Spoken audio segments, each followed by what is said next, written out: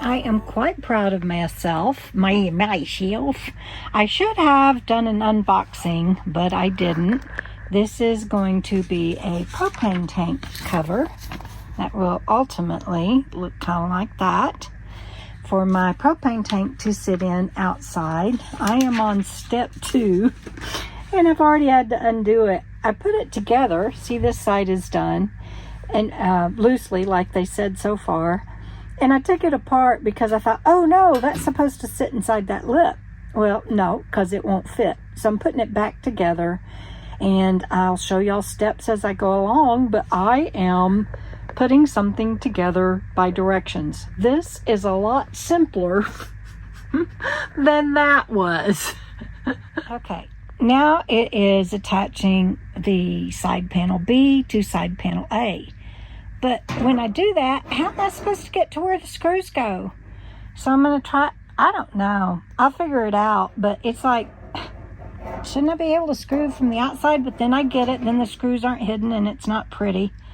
But, oh boy, I don't have an arm that long. We'll see how it goes. Okay, I figured out, it all came in this little bitty, I mean, it's not that little, but boy, it was sure folded flat. But, so I figured out if I lay it down on its side, I mean, with that on the back, I can get here. But when I go to do this one, I guess I'm going to have to stand up and reach inside. We'll see. But I'm loving this. It's going to be perfect. I'll show you where it goes at the when I get it all assembled. Oh my gosh. Okay. So see these 2 screws? They're in, and I didn't tighten them down yet, and it's a good thing because this side, see how that corner's flush?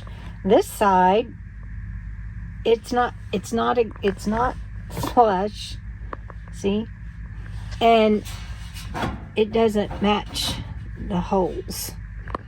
So I gotta figure out what I did wrong. Very interesting.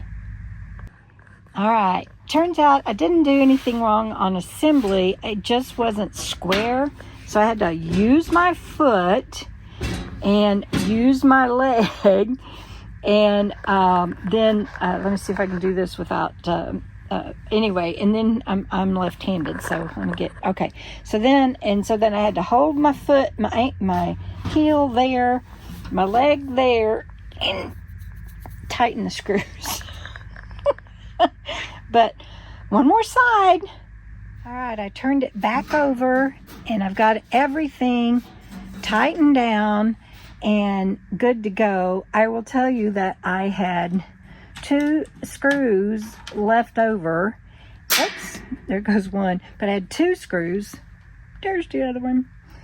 Left over, and I was panicking, and then I went through the manual, and back on the very first page before the instructions, it says 2 adjustable, 2 extra screws. Now, the one thing that I couldn't find, and I also was looking for, so I had 2 extra things, but it's okay, is that 4 adjustable feet. And it tells you to put them in step 1. You're supposed to, let me just show you. Hold on. In step 1, it says assemble the 4 feet.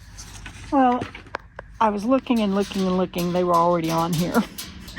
I was like, oh no, I didn't get the feet. But I got the feet. All right, so, oops, that one needs to be tightened. Make sure they're tightened. And they're adjustable, but I don't, oh, that doesn't look, that's not flush. I'll get that flush. I'll figure out what I did. But anyway, I don't really need the feet where they're going, but I'm going to leave them on. All right, I got that all squared up. And then they say the lid just sits on there. And I thought, well, that's not, in these winds, that's not going to work. But you guys watch. Sits on there. But watch this. They have holes over here on the side for ventilation and to get this lid off when you want to put the propane tank in and out, because it is magnetic and that thing isn't going anywhere. Sorry about the noise, but I wanted you to see. Look, this side even lifts it up. So that lid's not going anywhere. And how cool is that it's magnetic? So it's going to get some sun because it's going to be on, but it's going to be on the east side of the trellis. So it won't get that much.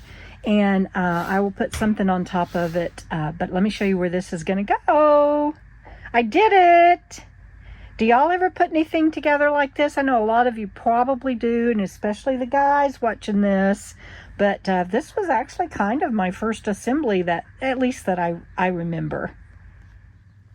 And actually, now that I'm thinking about it, I'm going to go get some of my new wire.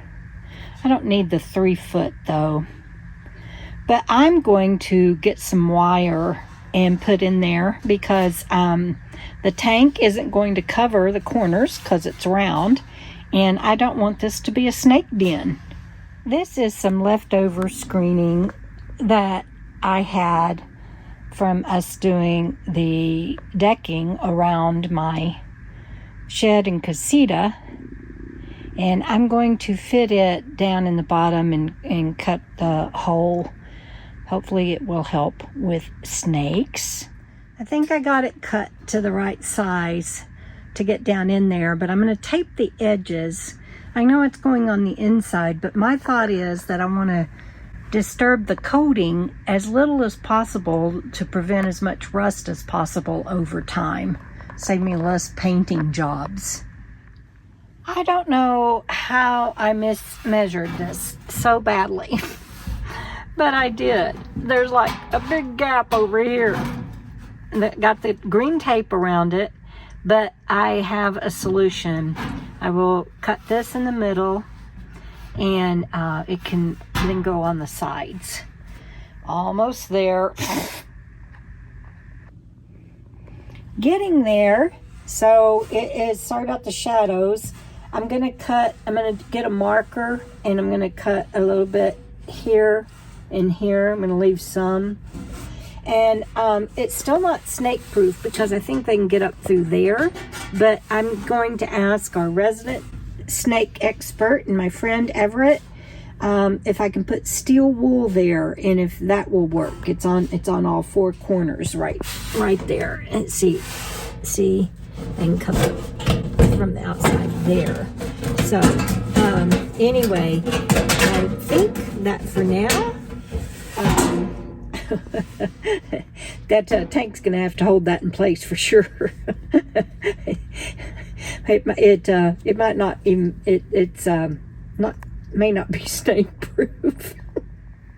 All right, I flipped it over and I got the black screening that I'm going to put on my trellis and cut a square, and I'll trim it up.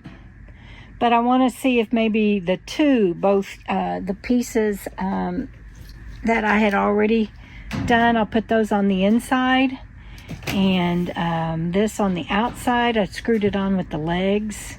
I know there's still a gap here, but I'm hoping between this layer and the layer on the inside that maybe it will be snake proof. Everett will let us know. All right, I ended up going a different direction. My hands are shaking. All right, it's been 5 hours and I finally got this wrangled. I'm gonna zip tie some of this down. I ended up doing, here's my 2 original pieces. I realized that I have an opening here on all 4 sides, and I had to make sure that I left that open for ventilation. That's what it's for. And I'm fixing to put the tank in and see if that all works before I ziplock everything down.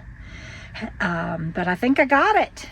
It wasn't until I was putting the zip ties in that I realized this reminds me of when I grew up or lived in Arkansas, and on our farm we made our own rabbit cages and chicken coops, and we didn't use zip ties, of course. We let's see, is that going to work? Yeah, we didn't use zip ties, of course. We had metal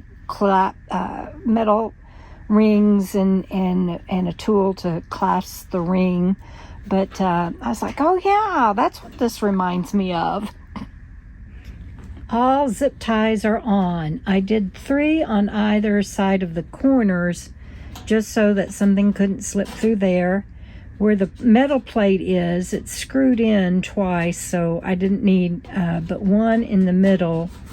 But on the sides where it there was no screws or anything holding it, I did 3 more. So the sides has 3, 6, 9 zip ties. But I don't think, nothing's gonna slip down in there, and nothing can get into the corners now. So snaky proofy. So this is what it looks like from up top. I'm laughing at myself that I thought I could be all fancy with the edges. But there's the tank in its new home, tons of ventilation and no snake house. And there's what it looks like. I can put something on top of it. Not sure what I'll do yet. And eventually I'll have vines growing on the trellis.